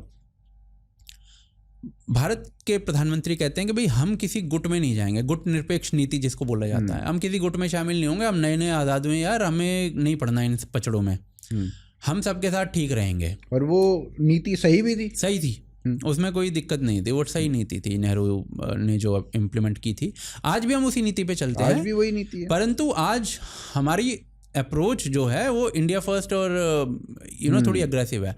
उस टाइम हम वो शायद कर भी नहीं सकते थे वो लेकिन उसमें दिक्कत वहाँ आ जाती है जब नेहरू जी मतलब या तो आप हर जगह धर्म ये निरपेक्ष रहो, गुट निरपेक्ष रहो, आपने इजराइल को सपोर्ट नहीं किया, या वहाँ पे भी आप निष्पक्षता दिखा सकते थे ना। हाँ, वो निरपेक्षता का एंगल ऑफ कोर्स आता है, वो मुझे भी नहीं लगता कि फिलिस्तीन और इजराइल में जो है उनका अपना एक वोट बैंक वाला पॉलिटिक्स जो था उसका एक एंगल आ जाता है, वो उन्होंने उस टाइम कर लिया। पर चलो क्या होता है ना कि अब ये भारत तो मिला नहीं अमेरिका के साथ, पाकिस्तान से को अप्रोच किया, पाकिस्तान मिल गया। अब अमेरिका और पाकिस्तान साथ, भारत गुट निरपेक्ष, तो भारत पर प्रेशर बढ़ता है इन चीज़ों से। और उस टाइम आप देखोगे ना, अमेरिका जो पाकिस्तान की इकोनॉमिक ग्रोथ है वो भारत से बेटर थी हाँ उस टाइम की। तो अब ये सारी चीज़ें होती हैं। अब क्या हो जाता है कि 1971 में भारत पाकिस्तान का युद्ध होता है बड़े लेवल पर। 1965 में भी हुआ था, वो हम आई थिंक थोड़ा उस समय की घटनाएं ऑलरेडी डिस्कस कर चुके हैं। 1971 में युद्ध होता है और बांग्लादेश टूट जाता है, बांग्लादेश एक अलग देश बन जाता है। परंतु 1971 के युद्ध में जो पाकिस्तान का साथ दिया गया है अमेरिका के द्वारा पर्दे के पीछे से, अब ये चीज़ें भारत को खाएंगी, भारत अपने बारे में भी सोचेगा। तो भारत क्या करता है कि वो रूस के साथ संधि कर लेता है इस युद्ध के बाद। तो रूस और भारत एक पलड़े में, अमेरिका और पाकिस्तान एक पलड़े में, ये स्थिति पैदा हो जाती है। अब जब 1971, अब देखो जरा क्या चीज़ें बैठ रही हैं।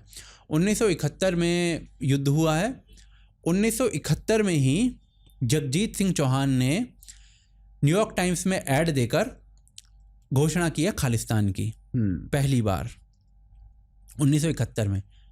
और इसके बाद स्थितियां जो हैं वो धीरे धीरे करके उस डायरेक्शन में जाने लगती हैं, जिसमें पाकिस्तान तो टूट ही चुका था। अब पाकिस्तान का एक अलग ये तो CIA और अमेरिकन और कैनेडियन एंगल जो थे वो हमने इसमें देख लिए।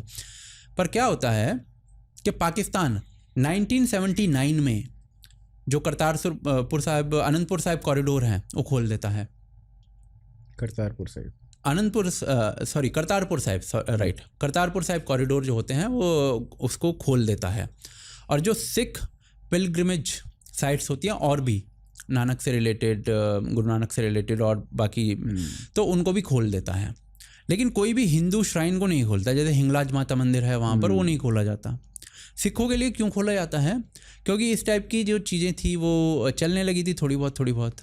और पाकिस्तान एक K2 नाम से एक अपना पूरा एक मिशन चलाता है, जिसमें फर्स्ट K होता है कश्मीर, दूसरा K हो गया खालिस्तान, जो निकालना है पाकिस्तान को अपनी तरफ। तो ये वहाँ से चीज़ें चालू होती हैं पाकिस्तान के एंगल से। बट क्या है, हथियार इनके पास कहाँ से आ रहे थे? तो हथियार क्या था कि 1979 में एक दूसरी चीज़ छिड़ चुकी थी, जिसमें रशिया ने अटैक कर दिया था अफ़गानिस्तान पर, और तालिबान जो था वो बन रहा था, और उसको हथियार जो सप्लाई हो रही थी वो सारे ये कर रहे थे अमेरिकन कैसे हथियार सप्लाई करेंगे? तो जो पाकिस्तान था वो बॉर्डर टच था अफ़गानिस्तान से, तो एक बफर स्टेट बन जाता है पाकिस्तान। और पाकिस्तान को उस समय बहुत फंड्स मिले हैं अमेरिका से, उस समय असंख्य हथियार मिले हैं जो अफ़गानिस्तान में वो आगे ट्रांसपोर्ट करता था, फिर उनके कट्टरपंथियों तक या फिर तालिबान तक, जो लड़ाके थे उन तक, जिहादी रेडिकल एलिमेंट्स तक, जो रशिया से लड़ते थे। तो पाकिस्तान ये काम करता था एक बफर स्टेट का, उसके लिए पैसा भी मिलता। अब इन्हीं हथियारों में से एक बड़ी खेप जो थी वो अपने लिए यूज़ करता हुआ वो यहाँ पे खालिस्तान पहुँचा रहा था। खालिस्तान पहुँचा रहा था से मेरा मतलब खालिस्तानियों तक पहुँचा रहा था, उन तक पहुँचा रहा था। तो ये सारी जो स्थिति है उसमें पाकिस्तान का इस टाइप से रोल आ जाता है। एक दूसरा रोल पाकिस्तान का ये आ जाता है कि पाकिस्तान जब ये सारी घटनाएं भारत में हो रही थी तो बहुत लोग पकड़े भी जा रहे थे। अब लोग पकड़ लिए जो ऐसी घटनाएं कर रहे हैं, रेडिकल लोग, है ना, तो उनको गिरफ्तार जब कर रहे थे तो बहुत से लोग भाग जाते थे, घटनाएं करके भागने लगते थे। उनको कनाडा तक पहुंचाना, ये काम जो था वो पाकिस्तान की ISI वगैरह ये करती थी। अब उससे फ़ायदा ये होता था कि आप ये नहीं बोल सकते कि रेडिकल एलिमेंट्स को पाकिस्तान शरण दे रहा है, वो तो वहाँ भाग रहे हैं। वहाँ भागना इसलिए आसान था कनाडा वगैरह में क्योंकि उनकी जो शरणार्थी नीति थी वो बहुत नॉर्मल थी उन दिनों, और शरणार्थी के रूप में वहाँ जाना बहुत आसान था। तो वो कनाडा वगैरह भागने लगे, कुछ लोग अमेरिका भी भागने लगे और वहाँ पर वेस्ट में वो स्थापित होने लगे। वहीं पर 1982 में बब्बर खालसा इंटरनेशनल बनी है।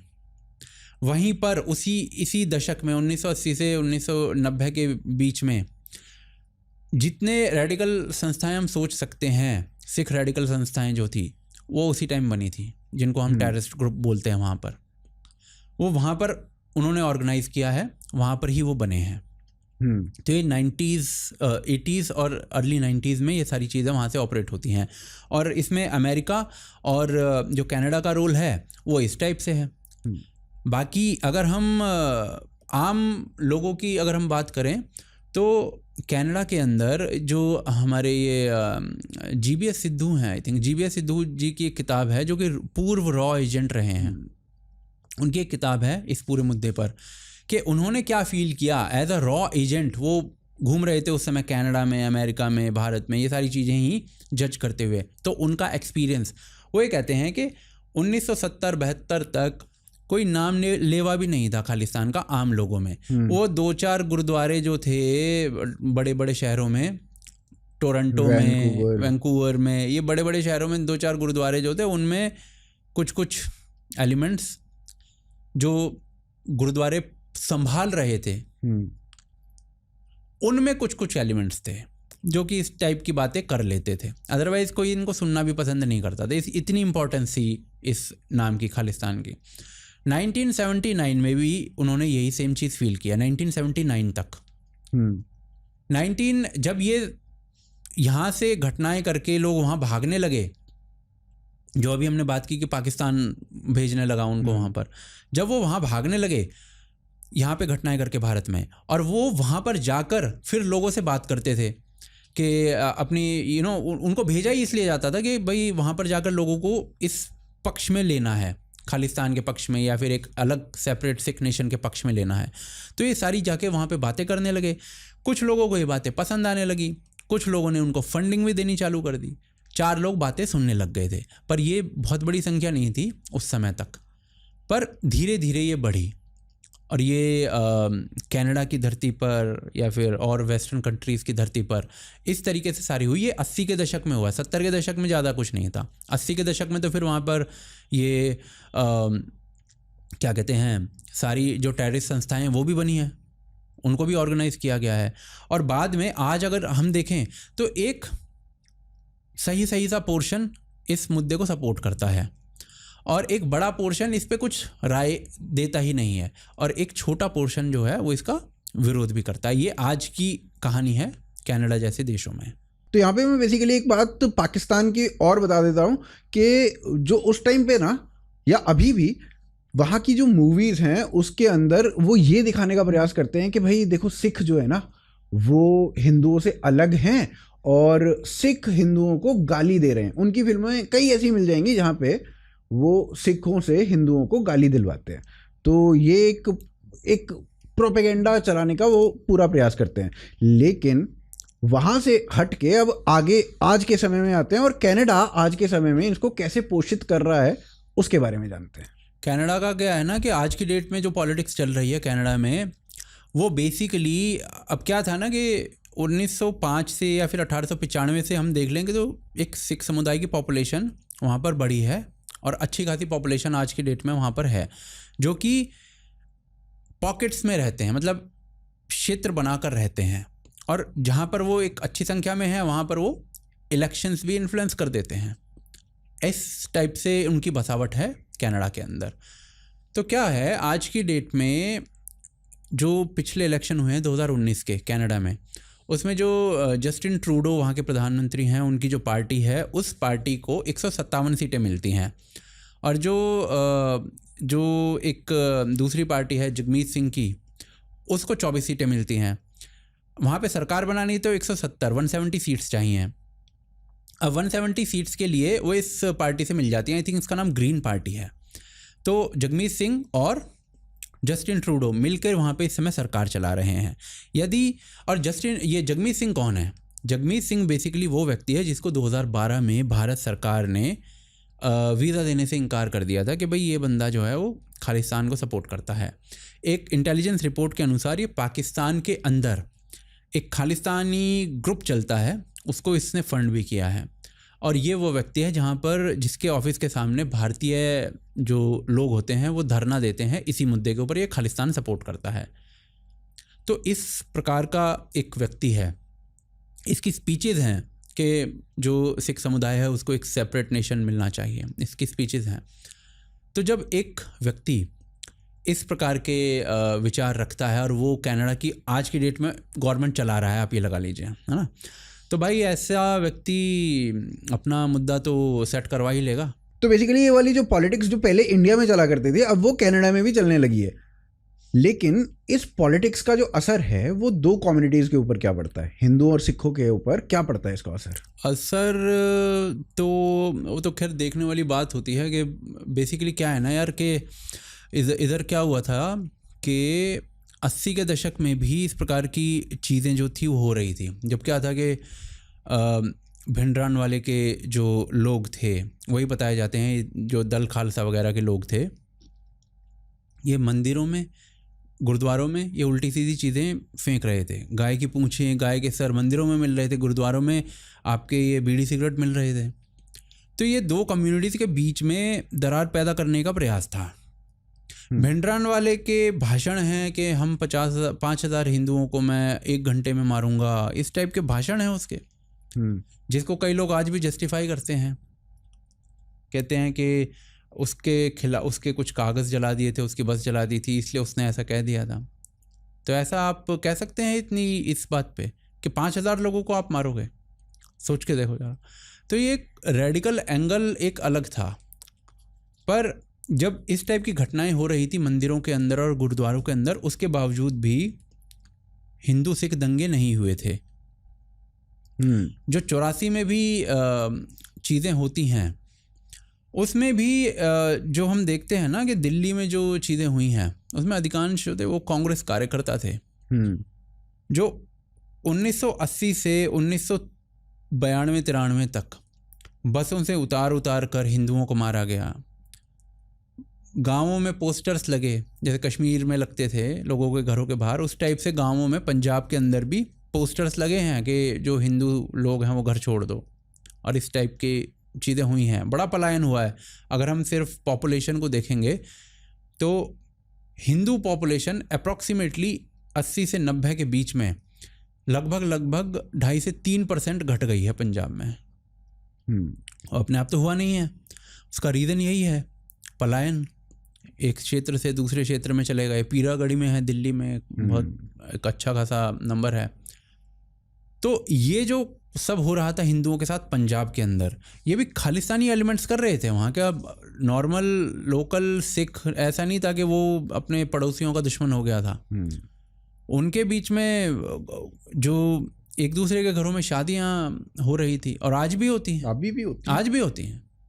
जो पंजाबी हिंदू हैं, पंजाबी सिख हैं, उनके घरों में, एक दूसरे के घरों में शादियाँ होती हैं, रोटी बेटी का संबंध। और उसका रीज़न यही है कि जो एक हिंदू घर का बड़ा बेटा था वो सिख बनता था, ये प्रथा थी, यही प्रथा थी ना। तो ये कोई ऐसा एंगल नहीं था कि दो कम्युनिटीज़ के बीच में बहुत दरार पैदा हो गई या इस टाइप से।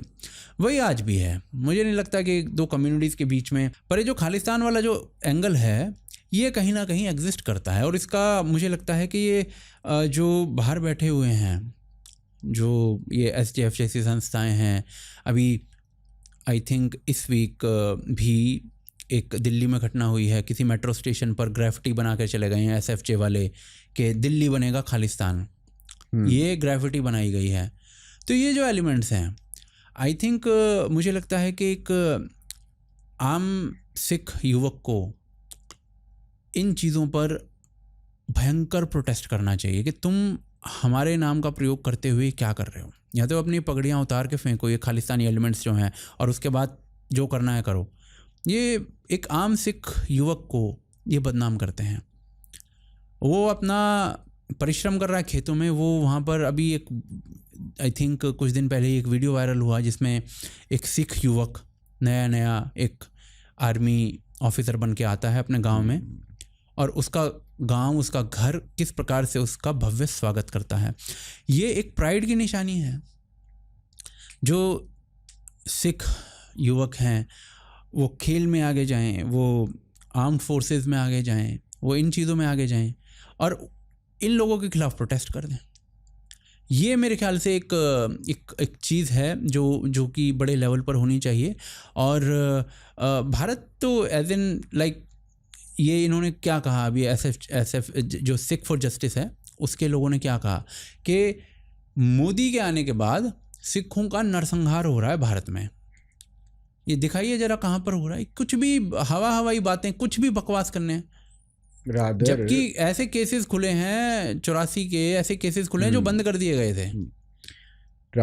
ये आप जो 2 साहिबजादे जिनको दीवार में चिनवा दिया गया था, जो 2 बच्चे थे, उनके नाम पर आपने बाल दिवस का वो किया है। क्या बातें कर रहे हैं, पता नहीं। ये बकवास एक नंबर के फ्रॉड लोग हैं जो भड़काने का काम कर रहे हैं बस सिखों को। पर मुझे नहीं लगता कि एज अ कम्युनिटी हिंदू और सिखों के बीच में कुछ, नॉर्मल जो आम आदमी है उनके बीच में अधिक कुछ है। ऑफ कोर्स इन लोगों का जो काम ये कर रहे हैं खालिस्तानी एलिमेंट्स जो हैं, उनका कुछ असर है, कुछ ना कुछ असर ऑफ कोर्स है। पर वो ऐसा नहीं है कि हम 2 कम्युनिटीज़ के बीच में कुछ वो एंगल मान ले जो 80s में आ गया था, या फिर उसमें भी आम लोगों के बीच में नहीं था, उसमें भी खालिस्तानी ही वो कर रहे थे। मतलब वो कांग्रेस के लोगों ने और खालिस्तान के लोगों ने किया था जो कुछ बेसिकली। कांग्रेस के जो 84 के दंगों की हम बात कर रहे थे, तो 84 के दंगे जो थे वो कांग्रेस के कार्यकर्ताओं का उनमें बहुत बड़ा योगदान था। और उसमें भी अब ज़्यादा डिटेल में जाएं, बिकॉज खैर मेरी पर्सनल अपनी इस पे रिसर्च अधिक नहीं है, तो क्या बोलूँ उस पर खैर छोड़िए, वो अगर कोई प्रमाण नहीं है किसी बात का तो उसे नहीं बोलना चाहिए। बट ये सारा इस टाइप का एंगल है, और मुझे लगता है कि हिंदू और सिख कम्युनिटी के बीच में ऐसा कुछ नहीं है। उनके बीच में आपस में शादियां हो रही हैं, आपस में एक दूसरे के साथ उठते बैठते हैं, कोई दिक्कत नहीं है जी। तो भाई ये था हमारा आज का पॉडकास्ट जिसमें हमने खालिस्तान के विषय पर डिटेल में बात की, और उम्मीद यही है कि आपको खालिस्तान के बारे में शुरू से अंत तक अब तक की जो भी घटनाएं हैं वो समझ में आई होंगी। क्यों ये मुद्दा इतना बड़ा हुआ, कहाँ से पैसा लग रहा है, कौन इसमें पैसा लगा रहा है, सारी चीज़ें क्लियर हो गई होंगी। तो अगले सप्ताह फिर से मिलते हैं किसी अन्य इशू के साथ। आप देख रहे थे आज की ताज़ा खबर का पॉडकास्ट चैनल।